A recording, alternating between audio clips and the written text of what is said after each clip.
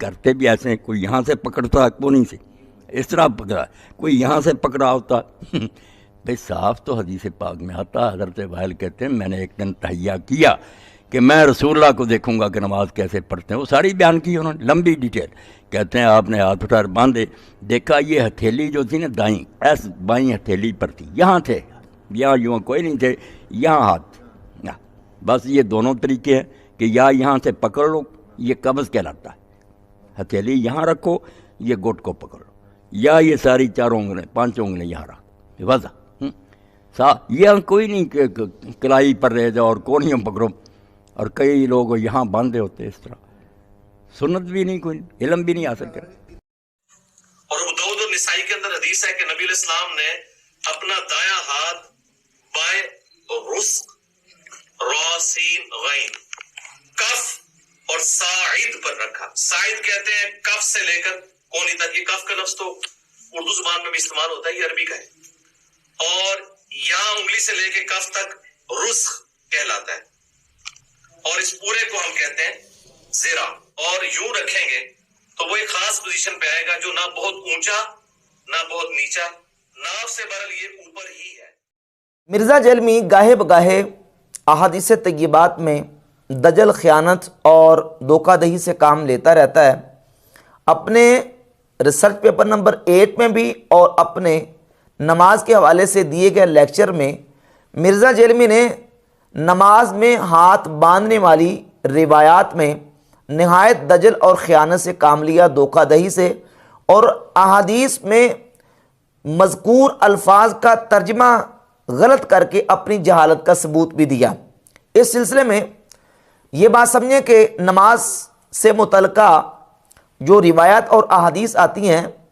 امام اعظم ابو حنیفہ رحمۃ اللہ تعالی کا موقف اور ان کا اسلوب یہ ہے کہ وہ ایک مسئلے سے متعلقہ روایات کو جمع کر کے تطبیق دینے کے بعد اس پر عمل کا طریقہ بتاتے ہیں کہ تمام روایات کو تطبیق دینے کے بعد یہ رزلٹ اور نتیجہ نکلتا ہے, اور پھر اس کے اوپر عمل کیا جاتا ہے. اب جب ہم نماز میں ہاتھ باندھنے کے حوالے سے روایات اور احادیث کو دیکھتے ہیں تو کوئی 3-4 روایات ہیں جن کو ہم جمع کر کے یہ رزلٹ اور نتیجہ نکالتے ہیں کہ نماز میں اپنے ہاتھوں کو اس طریقے سے دائیں ہاتھ کو بائیں ہاتھ کے اس پوائنٹ پر, اس جگہ پر رکھا جائے. اس میں ایک حدیث صحیح بخاری میں 740 ہے, حضرت سیدنا سہل ابن سعد الساعدی رضی اللہ تعالی عنہ فرماتے ہیں ہمیں حکم دیا جاتا تھا کہ ہم نماز میں دائیں ہاتھ کو بائیں زرہ پر رکھیں. اب آپ نے الفاظ کو بھی سمجھنا ہے اور اس کا ترجمہ بھی سمجھنا ہے کہ کس لفظ کا ترجمہ کیا آتا ہے. دائیں ہاتھ کو بائیں زرہ پر رکھیں. اور صحیح مسلم میں مرزا جیلمی نے اپنے ریسرچ پیپر نمبر 8 کے پیج نمبر 2 پہ یہ روایت نقل کی ہے 896 کہ سیدنا وائل ابن حجر رضی اللہ تعالیٰ فرماتے ہیں کہ میں نے نبی پاک علیہ الصلوۃ والسلام کو دیکھا, حضور نے اپنے دائیں ہاتھ کو بائیں ہاتھ پر رکھا. یہاں دائیں ہاتھ کو بائیں ہاتھ پر رکھنے کا ذکر ہے. اور مرزا نے حوالہ تیسرا دیا ہے سنن نسائی کی 890 نمبر حدیث کا, لیکن اس میں لفظوں میں خیانت کر گیا. اپنے جو اس نے لیکچر دیا ہے اس میں بھی خیانت کی, اور ریسرچ پیپر نمبر 8 کے پیج نمبر 2 پہ بھی خیانت کا, بالکل پکا خیانت کا اور دجل کا مظاہرہ کیا ہے. وہ یہ ہے کہ سنن نسائی کی 890 نمبر حدیث میں یہ ہے کہ حضرت وائل فرماتے ہیں کہ میں نے نبی پاک علیہ الصلوۃ والسلام کو دیکھا, حضور نماز پڑھ رہے تھے, حضور نے اپنے دائیں ہاتھ کو بائیں ہتھیلی کی پشت پر, رسخ پر اور ساعد پر رکھا. اب اس میں 3 کلمات ذکر ہوئے ہیں, کف, رسخ اور ساعد. اور جب اس حدیث کے اوپر مرزا آیا اپنے پیپر میں یہ لکھا ہے کہ اور خود آپ صلی اللہ علیہ وسلم بھی نماز میں اپنا دایاں ہاتھ اپنی بائیں ہتھیلی کلائی اور ساعد پر رکھا کرتے تھے. کلائی اور ساعد. سوال یہ پیدا ہوتا کہ یہ ساعد کیا ہے؟ ساعد کس کو کہتے ہیں؟ ساعد کلائی کو کہتے ہیں. کلائی کس کو کہتے ہیں؟ ساعد کو. اس میں ایک لفظ اور تھا رسخ, اس کو مرزا جیلمی درمیان میں سے حذف کر گیا, خیانت کر گیا. اور جب لیکچر دینے کے لیے کھڑا ہوا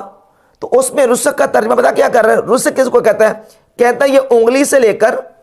کف تک اس کو رسخ کہتے ہیں. یہاں انگلی سے لے کے کف تک رسخ کہلاتا ہے. انگلی سے لے کر کاف تک اس کو رسک کہتے ہیں، جبکہ رسک کہتے ہیں المفصل بین الکف والساعد، کلائی اور ہتھیلی کے درمیان یہ جو جوڑ ہے نا اس کو رسک کہتے ہیں۔ آپ مرزا لوگوں کو دعوت دیتے ہیں یہ گوگل سے سرچ کر لیں، آپ بھی گوگل سے سرچ کر کے دیکھ لیں، وہاں آپ رے سین غین سرچ کریں، آپ کو امیج میں باقاعدہ یہ گٹ کی اور یہ گٹے کی جو ہے نا وہ باقاعدہ تصویر بنی نظر آ جائے گی کہ اس کو رسک کہتے ہیں۔ اس کا درمیان میں کھا گیا، اور جب لیکچر دینے کھڑا ہوا تو اس میں اس نے کہا جی رسک کہتے ہیں انگلی سے لے کر یہ کف تک جو حصہ ہے اس کو رسک کہتے ہیں۔ حالانکہ یہ دیکھیں یہ جو ہمارا پورا ہاتھ ہے اس کے جتنے پارٹس ہیں اس کے الگ الگ نام ہیں، انگلیوں کے نام ہیں، مثلا خنصر، بنصر، وسطی، سبابہ، ابہام، باطن الکف، ظاہر الکف، رسخن، ساعد، مرفق، عدد، کتف، یہ الگ الگ نام ہیں۔ نبی پاک علیہ الصلوۃ والسلام نے اپنے دائیں ہاتھ کو بائیں ہاتھ کی ہتھیلی کی پشت پر رسخ یعنی گٹ پر، جس کو اردو میں گٹا اور پنجابی میں گٹ کہتے ہیں، اس گٹے پر رکھا اور اپنی کلائی پر رکھا، یعنی اس طریقے سے نبی علیہ الصلوۃ والسلام نے اپنا ہاتھ رکھا۔ اب مرزا کیا کرتا ہے؟ مرزا کہتا ہے اس طرح ہاتھ رکھا، حالانکہ کوئی ایک صحیح تو کیا ضعیف حدیث بھی ایسی نہیں ہے کہ جس میں یہ ہو کہ نبی علیہ الصلوۃ والسلام نے اپنا دایاں ہاتھ اپنی کونی پر رکھا۔ ہاں یہ ضرور ہے کہ دائیں ہاتھ کو زرہ پر رکھا، دیکھیں یہ پوری زرہ درمیانی انگلی سے لے کر یہ کونی تک یہ مکمل زرہ ہے۔ اب دائیں ہاتھ کو زرہ کے کس پوائنٹ پر رکھا؟ یہاں رکھے تب بھی زرہ، یہاں رکھے تب بھی زرہ، یہاں رکھے تب بھی زرہ، یہاں رکھے تب بھی زرہ، لیکن ہم نے یہ دیکھ رہے ہیں دوسری حدیث کے مطابق کہ دائیں ہاتھ کو بائیں زرہ کے پوائنٹ کس پر رکھا ہے۔ اسی حدیث کے اوپر 740 کے اوپر شرح کرتے ہوئے حافظ ابن حجر اسقلانی نے لکھا ہے کہ وہ کہتے ہیں زرہ کا جو پوائنٹ ہے وہ اس حدیث میں مبہم ہے، واضح نہیں ہو سکا۔ وہ پوائنٹ ہم نے تلاش کرنا ہے دوسری حدیث سے کہ زرہ کے کس پوائنٹ پر نبی علیہ الصلوۃ والسلام نے دایاں ہاتھ رکھا، تو وہ سنن نسائی کی 890 نمبر جو روایت مرزا نے نقل کی ہے اس میں موجود ہے کہ دائیں ہاتھ کو بائیں زرہ کے اس پوائنٹ پر رکھا کہ ہاتھ کا کچھ حصہ بائیں زرہ کی ہتھیلی کی پشت پر، رسک پر اور ساعد پر نبی علیہ الصلوۃ والسلام نے رکھا۔ اب اسی طریقے سے صحیح بخاری میں دیکھ لیں 1198 نمبر حدیث ہے صحیح بخاری میں، اس سے اوپر امام بخاری رحمۃ اللہ تعلیقاً سیدنا مولا علی رضی اللہ تعالیٰ عنہ سے روایت لے گئے کہ مولا علی نماز میں اپنے دائیں ہاتھ کو اپنے گٹے پر یعنی اس گٹ پر رکھا کرتے تھے۔ یہاں بخاری میں 1198 نمبر حدیث سے اوپر تعلیقاً موجود ہے، اور اس کی سند مصنف ابن ابی شیبہ میں موجود ہے، جس کو امام ابن حجر اسقلانی فرماتے ہیں کہ اس کی سند صحیح ہے۔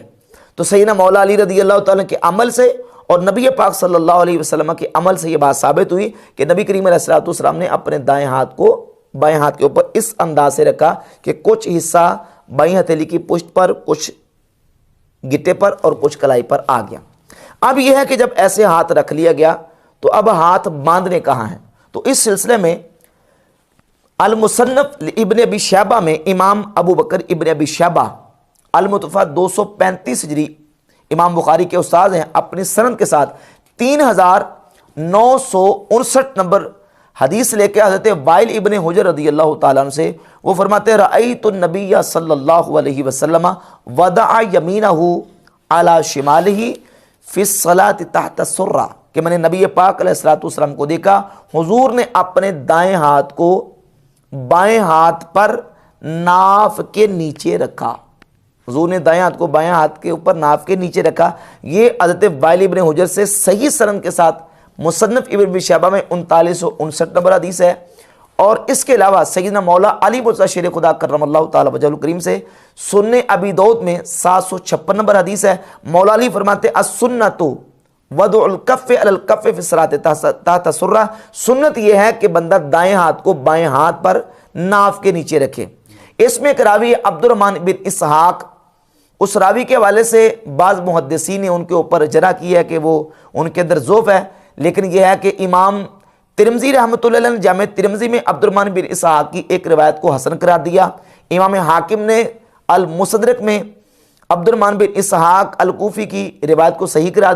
دیا، اور دیگر محدثین کے ہاں بھی عبد الرحمن بن اسحاق الکوفی جو ہیں وہ ان کی روایات جو ہیں وہ درجہ قبولیت کو پہنچتی ہیں، اور امام اعظم ابو حنیفہ رحمۃ اللہ تعالی علیہ اور امام احمد بن حنبل نے ایک قول کے مطابق انہوں نے بھی انہی روایات کو ترجیح دی ہے کہ وہ دائیں ہاتھ کو بائیں ہاتھ کے اوپر ناف کے نیچے رکھنے کو سنت قرار دیتے ہیں۔ لہذا بحمد تعالی یہ تمام روایات اور جو احادیث ہیں ان کو جمع کر کے نتیجہ یہی نکلتا ہے کہ دائیں ہاتھ کو بائیں ہاتھ کے اوپر اس انداز سے رکھا جائے۔ یہ جو طریقہ ہے یہ کسی حدیث سے ثابت نہیں ہے۔ اب اس طریقے کو ثابت کرنے کے لیے اور ہاتھوں کو سینے پر ثابت کرنے کے لیے، چونکہ مرزا اور مرزا کے جو حواری ہیں ان کے پاس کوئی صحیح حدیث سینے پر ہاتھ باندھنے والی موجود نہیں ہے، تو اس کو ثابت کرنے کے لیے مرزا نے ایک نئی چال چلی، اور وہ چال یہ چلی کہ درمیان میں سے